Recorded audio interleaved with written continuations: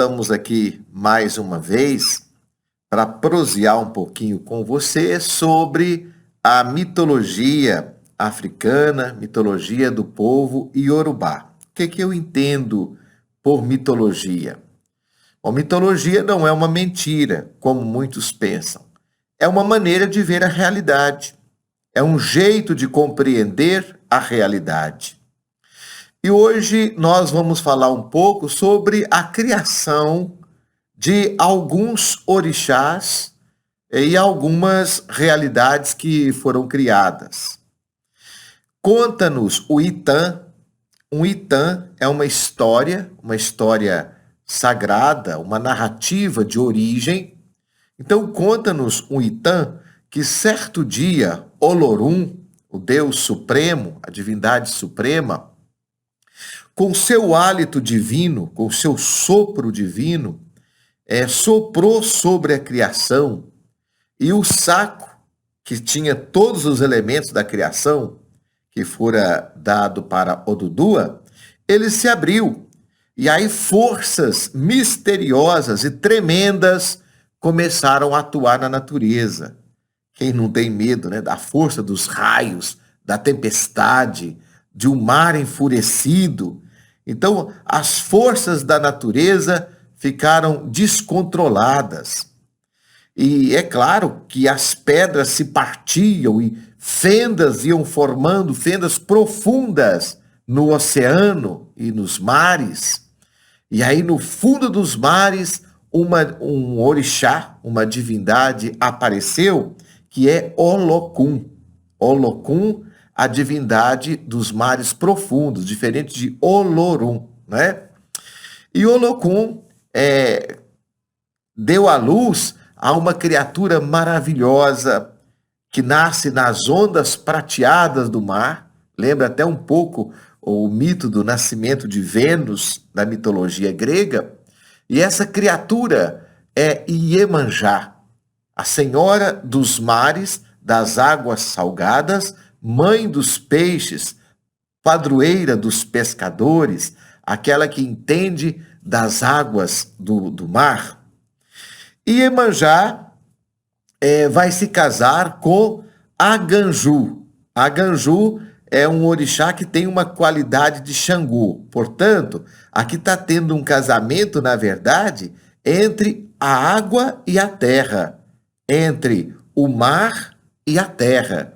E Aganju é esse que tem a qualidade de Xangô, aquele que controla o fogo, as forças do fogo. E esse casal de orixá, Iemanjá e Aganju, vai ter um filho que é Orungan. Orungan é o orixá da beleza, ele é bonito, ele habita a pele das pessoas, ele é o senhor dos espaços. E acontece que esse orixá, Orungan, ele vai ter uma relação com a própria mãe, com Iemanjá. Ele violenta Iemanjá. E daí nasce uma porção de outros orixás que ainda não haviam nascido. Iemanjá não concorda com isso, ela foge, ela corre para não passar por esse constrangimento, mas aconteceu. E daí os seios dela foram crescendo, o ventre foi crescendo, até que ela dá à luz a mais uma porção de outros orixás. Por exemplo, o orixá Oxumaré, que é o orixá das nuvens, do arco-íris, aquele que que habita os espaços, né, que controla as chuvas do céu, Oxumaré.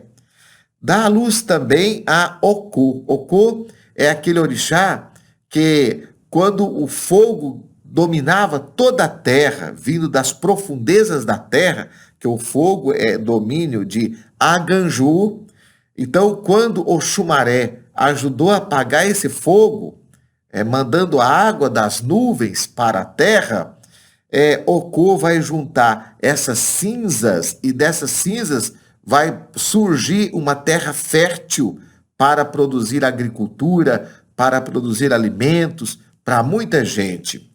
Surge também nas partes pantanosas, nas terras baixas, um orixá anciã chamada Nanã. Nanã é a orixá que habita os pântanos. E muitas vezes esses pântanos, eles carregam com ele também doenças, né? Então vem um outro orixá, que é filho de Nanã com Oxalá, mas Nanã desrespeitou Oxalá, e esse orixá, que nasce com o corpo coberto de varíola, porque é um castigo, é chamado de Omolu.